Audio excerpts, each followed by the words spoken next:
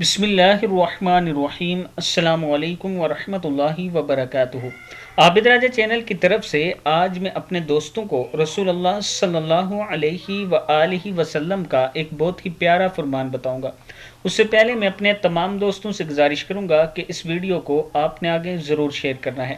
تو شروع کرتے ہیں۔ بسم اللہ الرحمن الرحیم۔ آپ صلی اللہ علیہ وآلہ وسلم نے فرمایا، بے شک قیامت کے روز انسان کے پاس اس کا کھلا ہوا نامہ اعمال لایا جائے گا۔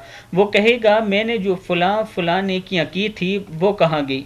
کہا جائے گا، تو نے جو غیبتیں کی تھی اس وجہ سے مٹا دی گئی ہیں۔ کتاب کا حوالہ یہ نیچے موجود ہے، آپ دیکھ سکتے ہیں۔